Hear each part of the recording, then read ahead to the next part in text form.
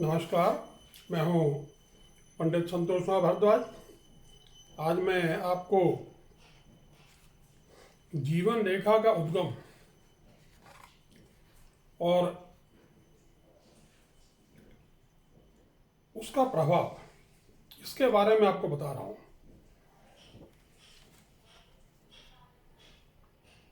ये दो चित्र हैं। सबसे पहले हम लेते हैं जीवन रेखा का उदय जब निम्न मंगल से हो। ये निम्न मंगल है, 1 नंबर। तो ये जो रेखा है ये शुक्र के क्षेत्र को कम काटती है, कम लेती है।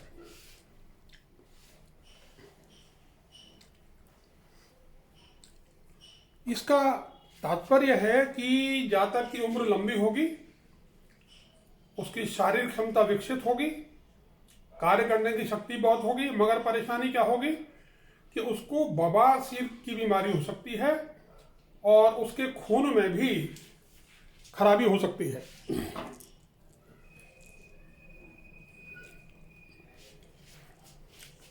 ऐसी जीवन रेखा जो मंगल रेखा पर, मंगल क्षेत्र में उदित हो, कटिपटी ना हो, दीप रहित हो, लहरदार ना हो, पूरे शुक्र को घेरे, मणिमंद तक पहुंचे, बहुत अच्छी होती है।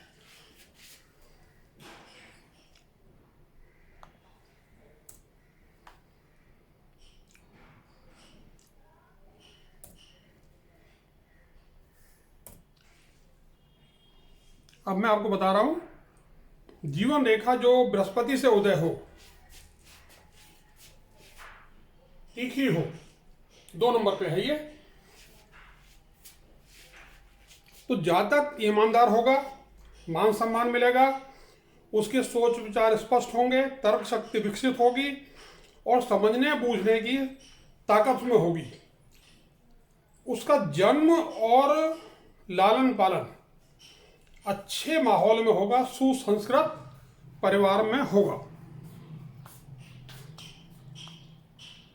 अब ये तीसरी रेखा है जो पूरी तरीके से बृहस्पति से उदित हो रही है, 3 नंबर, और आखिर तक जा रही है, शुक्र पर्वत के अंत तक। ऐसा जातक महत्वाकांक्षी होता है, मान सम्मान कमाता है, समृद्धि मिलती है, उसमें सफलता प्राप्त करने की इच्छा होती है।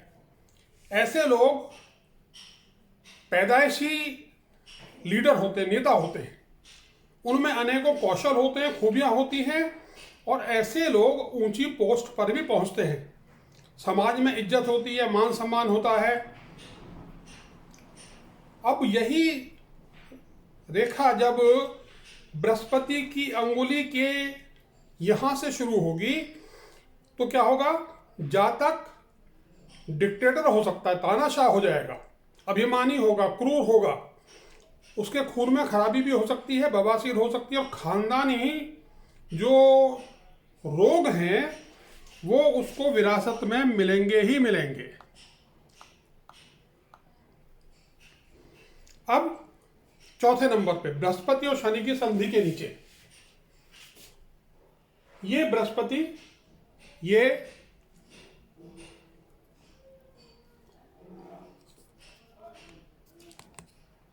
शनि, और इन दोनों की संधि जो है वो ये स्थान है। इसके नीचे ये रेखा अलग हो रही है मस्तिष्क रेखा से। तो ऐसा जो व्यक्ति है वो किसी भी काम को करने में थोड़ा ज्यादा टाइम लेता है, सोचता समझता है, कभी कभी सोचते ही रह जाते हैं ऐसे लोग, मतलब कर ही नहीं पाते, दीर्घ सूत्री होते हैं। ये 4 नंबर रेखा है। 5 नंबर पर जो रेखा है इसको देखिए आप, ये रेखा काली दिखाई है मैंने, ये और मस्तिष्क रेखा बहुत पॉइंट पे मिलती है, बिल्कुल एकदम। अब ये जो रेखा मिलती है पॉइंट पे, ऐसे जातक तुरंत निर्णय लेने वाले होते हैं और जीवन में सफल भी होते हैं, तरक्की करते हैं। इसके बाद 6 नंबर पे हम आते हैं और ये रेखा है, आप देखिए, इस रेखा में और मस्तिष्क रेखा में लगभग 1 मिलीमीटर की दूरी है इन दोनों में। ये बहुत शुभ लक्षण है। ऐसा जातक उच्च पदासीन होता है, सोच समझ कर निर्णय करता है और हमेशा तरक्की करता है। उसको उच्च पद की प्राप्ति तो होगी ही होगी। मुझे एक प्रोफेसर मिले, उस वक्त लेक्चर थे, मैंने उनका हाथ देखा, जामिया मिलिया में है। मैंने कहा भाईजान आप तो प्रोफेसर हो ही जाओगे। बोले क्या कहते हो आप? जो कहा वही हुआ। वो पहले रीडर हुए फिर प्रोफेसर हो गए। जामिया मिलिया इस्लामिया में है। अब 7वें नंबर पे आप देखें, ये मस्तिष्क रेखा और ये जीवन रेखा, इन दोनों में 2 सूत से ज्यादा की दूरी है। ऐसे लोग जो होते हैं बड़े ही क्या कहते हैं, बोल्ड, एकदम काम करने वाले। ये दूसरी बात सुनते नहीं है किसी की, अपने मन मर्जी करते हैं। नतीजे आप जानते हैं ऐसे लोगों क्या होता है। मैंने ये चंद ऐसी महिलाओं के हाथ में देखा है जो अक्सर फिल्म लाइन में जाती हैं, टीवी सीरियल में जाती हैं। उनके हाथ में मैंने लक्षण देखा है, बोल्डनेस उनके अंदर होती है।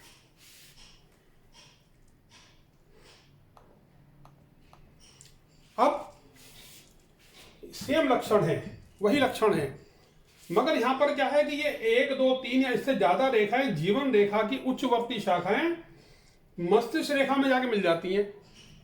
अब इसका नतीजा क्या होगा, ये देखिए आप, ये जो जातक है, ये अगर किसी भले आदमी ने कहा दे कि ये काम गलत कर रहा है तो इसको ठीक कर ले, वो सुनते हैं, समझते हैं और वो जो एक्शन ले सकते थे किसी काम में और गलती कर सकते थे, वो गलती की संभावना खत्म हो जाती है।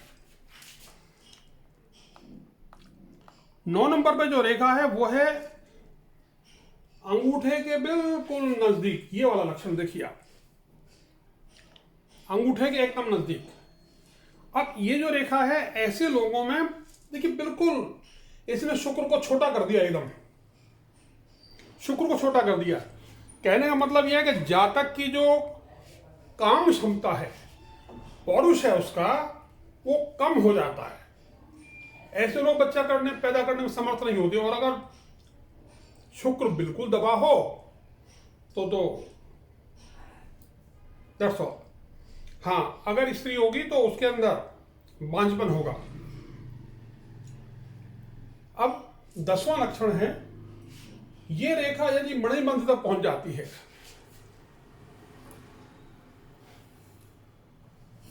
ये रेखा मणिबंध तक पहुंच गई। अब ये रेखा जो मणिबंध तक पहुंची है, इसका अभिप्राय है स्त्रियों में गंभीर समस्याएं। और अगर चंद्र बहुत ज्यादा उभरा हुआ हो तो क्या होगा, उनके जो जननांग होंगे, गर्भाशय वगैरह जो हैं, उनके अंदर भी समस्याएं हो सकती है। नमस्कार, फिर मिलेंगे बहुत जल्दी।